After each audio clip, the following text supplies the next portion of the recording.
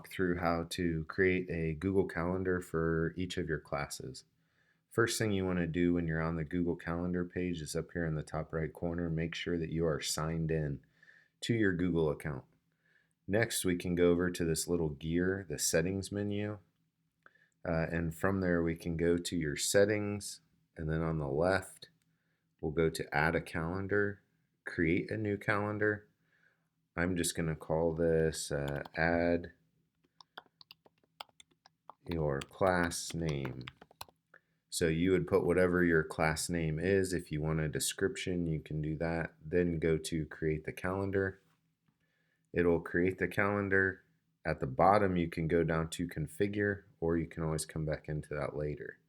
So in this calendar, you have all kinds of options. Big things we want to do for our class websites so that everybody can see them is one, make the calendar public.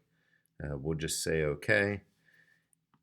If you want, you can change that, but for students and parents to be able to see, you pretty much want them to be able to see all event details. The only other thing you really need to do is if you go down here to integrate calendar on the left, it'll take you down to your embed code. If you copy and paste this embed code into an HTML widget in your classroom website, then it will embed the calendar so you don't actually have to go to your class website to update your calendar. You would just do it from here and it would automatically put all the changes into your class webpage. And that's pretty much all there is to it. Thanks a lot.